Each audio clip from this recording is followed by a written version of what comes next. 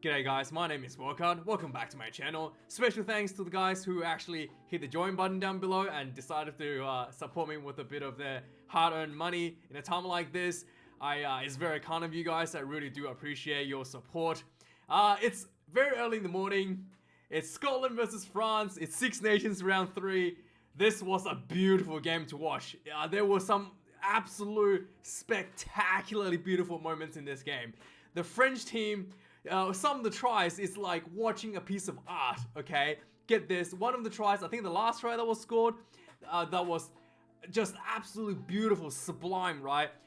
Entimac gets the ball deep, kind of like in the back line. He sees an open space out wide. He does a crossfield kick to Penold, this was inside the Scotland 22. Penold runs in full speed, catches the ball in front of him, right? And as he's kind of like catching the ball, he's already like flying through the air, like going over the try line in one smooth motion. Could you imagine that? Could you imagine him catching the ball and jumping out into the air at the same time going in for the try? It's just absolutely sublime. It just looked like something you see in like synchronized diving in the Olympics or something. Like, it was just beautiful. Everything was so smooth. The crossfield kick was smooth. It was landed perfectly in the air for Penold as he jumped through for the try. It was just absolutely spectacular to watch. And this was at Murrayfield. This was a game that, going into the game, this has been some really bad news for the Scottish team. So first up, the Johnny Gray was injured going into this match, and then Hamish Watson, the big number 7, was tested positive, so he was not allowed to play this game. And as a result, the Scottish 4-pack are missing 2 of their best players at the breakdown, and 2 of the hardest working guys on the field, with Johnny Gray probably the best line-out executioner in the game, in the Scottish team as well. Not to say that their replacement weren't great, but you definitely show that there's a little bit of crack in the gap between the Scottish 4-pack in those set pieces.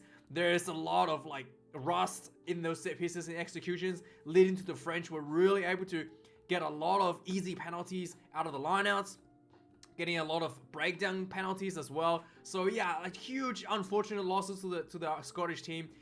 Kind of like hurted them quite a bit in this game. There's some positive for the Scottish team. I think the overall, the Scottish team actually played a really structured game. Their kicking game was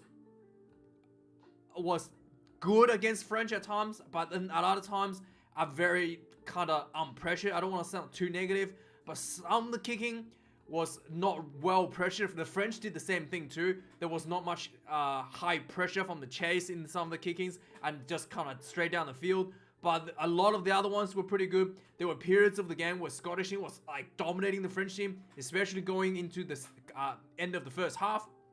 Just spectacular game performance. And Scotland, believe it or not, despite losing this game, had more possession of the ball, and had just overall better stats than the French team. So if we just have a quick look here. So yeah, more run meters, more possession, but just that little bit of execution, the little bit of rust thing, maybe due to their players being replaced in the last minute, really let them down a little bit to get that more, to get the extra bit of points on board as well. The Scottish defense has a little bit of an issue. There's a little bit of tackle issue. The tackle miscount is way too high, despite them not actually making that many tackles because they had most of the possession.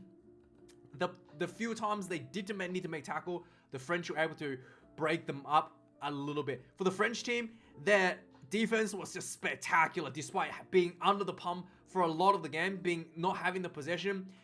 The French defense, I've noticed, is that they've been able to do a really well rush defense, where they've been able to kind of like get 2 players to rush up to shut down the center, to kind of like the 4th and 5th player out wide. So they kind of just, so instead of shutting down like the first few players, they just have to shut down the far players, like the 3rd, the 4th receiver, if you were to kind of count them in the line. As a result, the Scottish attack mostly ended up with a very predictable 2 passes attack. You can go back and watch this game. I think like 80% of the attack from the Scottish team are just 2 passes, and it's predictable 2 passes, crash ball, 2 passes, crash ball. Becomes very predictable as a result of the French rush defense. So this was something that the French did really well, being able to read the defensive line and push up quickly, and pressure the squeeze in the Scottish attack to a much more manageable spectrum. Like I mentioned, the French lineout and the breakdown had like very noticeable dominance over the Scottish team, especially the lineouts. The French were able to do this thing again. It's a little bit of it could be a bit of I would say a little bit of technique issue that the Scottish are not used to. The French, what they tend to do is they tend to pick up their player, especially their jumper. What's his name? What's the guy's name? Cameron Wookie. They tend to lift up Wookie, and instead of just bringing him straight down, they tend to just hover him in the air for that extra second, just to like bait the Scottish team to engage early for the penalty. And Scottish team, the Scottish 4-pack, knowing that the driving more is coming up, engaged the French team early multiple times throughout the game, giving away easy penalties. So just that little bit of a little bit of trick that the French used, just kept Cameron Wookie in the air. That split second or two longer, and really messed up the timing on the Scottish side, giving away a lot of penalties there. Also, the breakdown was noticeably a little bit better than the Scottish team for the French side, or whatever, to secure a lot of those breakdowns, getting those turnovers. The French side did have a little bit better kicking game as well. There was a beautiful 50-22 by Jaminet, but the French goal kicking was a bit of an issue. So the commentator said that there's a swirling wind in the Scotland Amari field. That's really hard to judge where the ball's going to go, and it really kind of showed. Jaminet missed a bunch of his kicks, very uncharacteristic for him. And also, one last thing I will have to say about the French team that they can improve on is their fitness. It was pretty noticeable against Ireland, where the French fell into a slump at the end of the first half and beginning of the second half, where Ireland caught up. Kind of almost had that little bit of dip as well, where Scottish team had ascendancy at the end of the first half, but the French substitution were able to come on, I think, a little bit earlier this time. Really didn't show that much of an effect, and kind of like picked the team back up much quicker than they did against the Irish side. So overall, match stats, despite having the dominance in possession, Scotland 559 run meters to 443. 16 turnovers conceded, a lot of that on the breakdowns. Really kind of hurt their opportunity to score their tries. 13 turnovers conceded for the French side. 60 tackles to be made, 18 missed tackles. Just so you know how the missed tackle count at half-time was already 18, and there was only 30 tackles made. So Scotland missed 18 tackles out of 30, and they didn't make a single missed tackle in the second half. Whereas the French, what was the missed tackle count? Let me have a look. The French was on, I think, 80 tackles at halftime, and they had 10 missed tackles. So yeah, much big improvement from the Scottish side in their defense, and then also really good effort for the French team to keep that defensive line up for the entire game. Despite under huge pressure as well. So yeah, missed a lot of misconversions for Jaminet. This is probably one of the worst kicking stats in his career, his like 2-year international career. And that's and the scrummaging. I was expecting the Scotland scrummaging struggle a bit against the French team, but overall it was held up quite well. The Scottish side, big effort for the Scottish team. The Scottish scrum, at times the Scottish scrums had advantage over the French scrums, something that I did not expect. Penalties conceded 12 tonight. A lot of these penalties were just like the city lineouts, breakdown being a bit slow on the breakdown to get the ball out. And just like the overall ball speed for the French team was just not much quicker than the Scotland side. So yeah, let's have a quick go through of what happened in the game, some of the key points, some of the tries. So right away in the game, the Zentner Ferguson gets caught a breakdown. again, already showing some issue could potentially be happening in the breakdown for the Scottish side, missing their 2 key players for the breakdown. Essentially, French had an option to kick for a pretty easy kick right in front, and Jamine misses the kick. So it shows you how bad, how difficult the win could be in the stadium. A minute later, Scotland had the ball, and this is what I was talking about, the kicking game. Scotland kicks the ball down in the middle of the field. Darcy Graham tries to pressure this kick, but it was just a little bit too fast. Darcy Graham didn't quite get there in time to stop Anton Dupont in any meaningful fashion. Dupont gets the ball, wide open field. He runs, counter attacks, takes the ball into the French half, and then he gets into the French. I think he links up one of his players, gets tackled inside the French 22, in the Scotland 22. Quick ball and just crash ball, and the Scottish team was scrambling back to defend, but eventually the quick ball was too fast. Valemsa gets the last man to get the ball, crashes through for the first try for the Scottish team, and for the French team. 7 minutes in, French gets on the ball already, and this one it was converted, 0 points to 7. A few minutes later, on the 10th minute, Scotland finally gets a penalty. They're feeling under the guns a little bit. The French definitely has the early ascendancy over the Scotland, and then they try to settle the game down with a 3-point penalty, which Finn Ross was able to convert to 3 points to 7. 2 minutes later, Jamine made up for that missed kick, easy front kick right in front with a 50-22. So France gets the ball back inside the Scotland 22. France goes for a line out. This ball just comes back out, and it was just like really smooth, beautiful hands across the field. It wasn't just like just a flat, pass across the field. It was like loops behind, flat passes, another loop, and then it was just like perfectly handled across the field to the man on the wing. To the man on the wing, I think it was Penon on the wing initially. He's about to go in, and he gets pushed out. As he's going out, throws the ball back in, and I think it might be Valemsa who gets the ball in field. He tries to run in, and he gets pushed out as well, and he throws the ball back in as well. And then Moe Fana gets the ball. Finally, Scotland running out of defensive players, crashes in for the try, and France leads 12 points to 3. And then Scotland, from this point forward, after the first 12 minutes, first 12 minutes or so, 15 minutes or so, the game turns around for Scotland. It was looking like this was going to be an easy win for France. Scotland literally had nothing going for the first 10-12 minutes or so. Scotland turns the game around, really starts dominating, and then there was basically a lot of really good kicking games started to improve. Really started to pressure those kicks, really start to build those faces. But the French defense was really too good, limiting the Scottish attacking options with their rush defense. But overall, the Scotland did have most of the possession in the first half. They were able to get a penalty on the 29th minute, go into halftime. What happened here? So yeah, 29 minutes. So yeah, hang on. So on the 28th minute, actually, the Scotland actually gets a try. So what happened here? So Scotland was putting a lot of pressure on, like I was saying.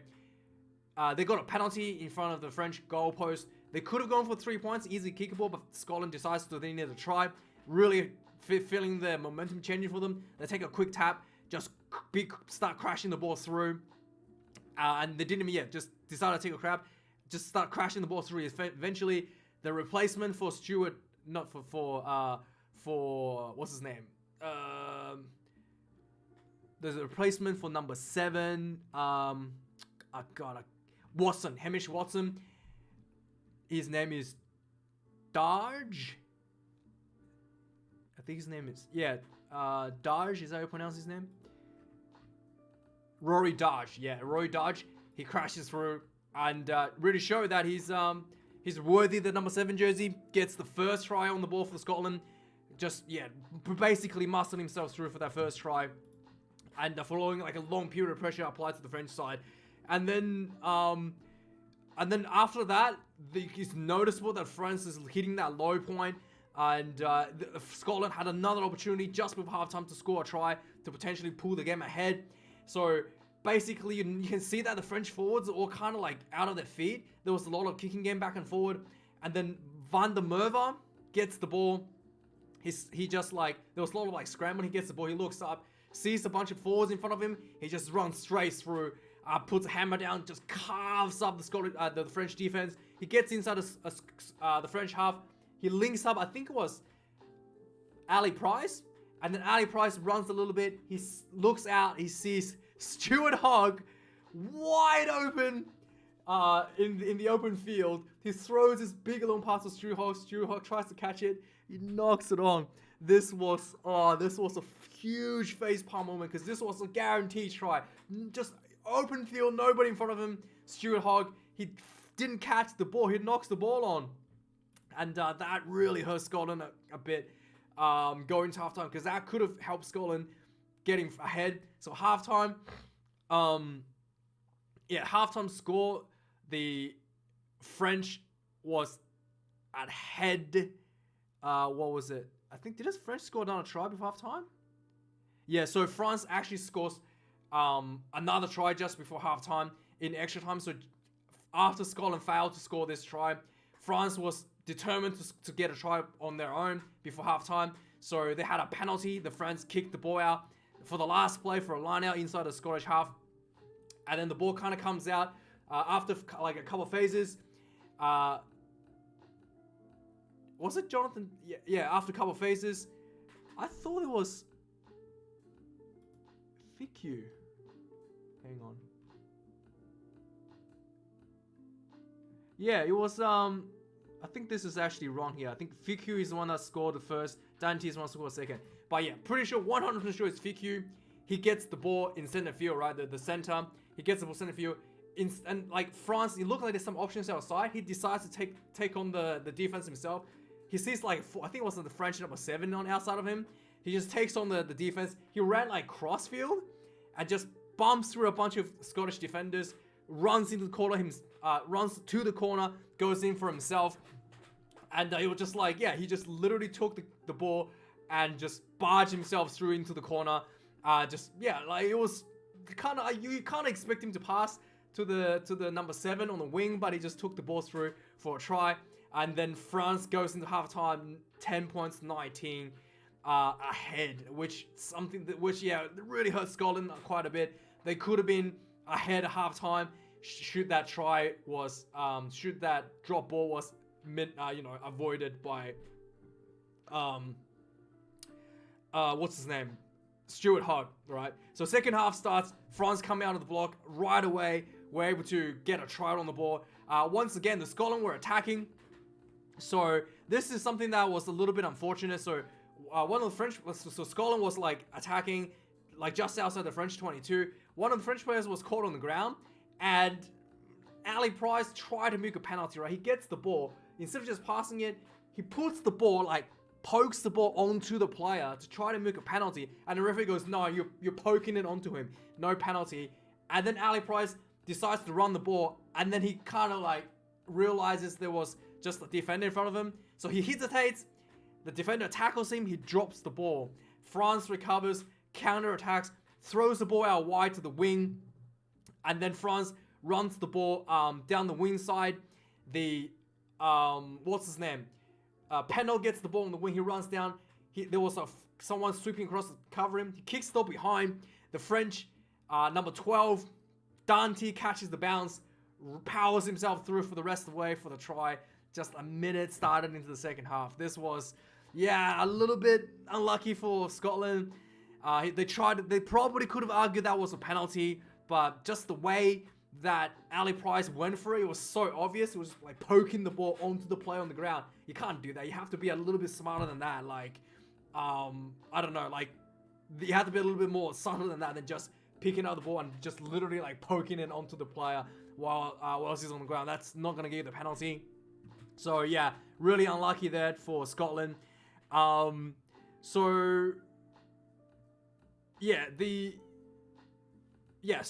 then the game kind of settled down a little bit. the French kind of like started slowing a bit, and this is when they start bringing on the substitution, and you can see that as the substitutes comes on for the French team, they kind of went back into their gear. So on the 58th minute, the French team gets an opportunity to so first up, there was an opportunity for 3-point kick a few minutes before on 54th minute, another miss for Germany. So a few minutes later, the French gets another opportunity to attack. From a Scottish mistake, actually. So Scotland was trying to run the ball out of their own 22. A bunch of French players wraps up the attacking player and rips the ball out. And then it's immediately the Scottish team was caught off guard with the turnover. French team quickly spreads the ball out wide. Penna was on the wing, runs in for a try where the Scotland team was just scrambling to cover the defense. So that was a quick turnaround for the French team from a Scottish side attacking from their own half, essentially. And then finally, the last play of the game, the crossfield kick that scored the final try for the French team. Again, France had an opportunity here to kind of like just kick the 3 points to keep the scoreboard ticking ahead, but they decided to go for a try. They had a penalty like 22 minutes out.